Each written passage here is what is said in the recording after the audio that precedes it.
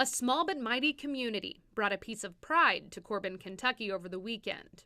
Me and my partner worked together to organize a peaceful human rights protest to try to combat some of the legislation going through in Kentucky, especially where they're trying to attack trans people, LGBTQ members across the country even. But not long after the protests began, the group came face to face with the very hate they were protesting against.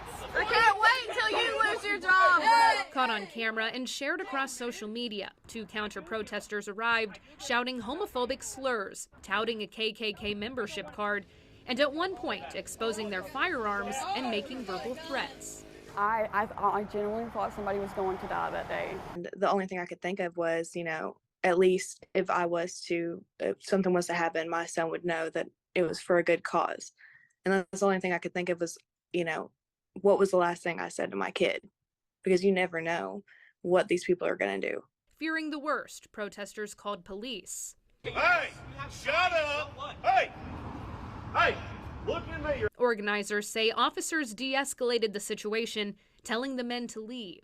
There's this cloud of ignorance in front of people sometimes. I'm like, we would not be here if it wasn't because of people like you who did not accept us. Now they're left asking how an attempt at peace and understanding could end with the complete opposite.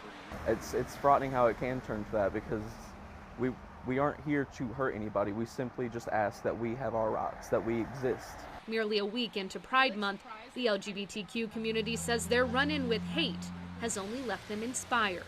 People telling me to back down because these people will harm you, and it is frightening, but we aren't going to back down. And it boils that fire even more to show that I'm still alive, no matter how many days I'm openly queer in my community.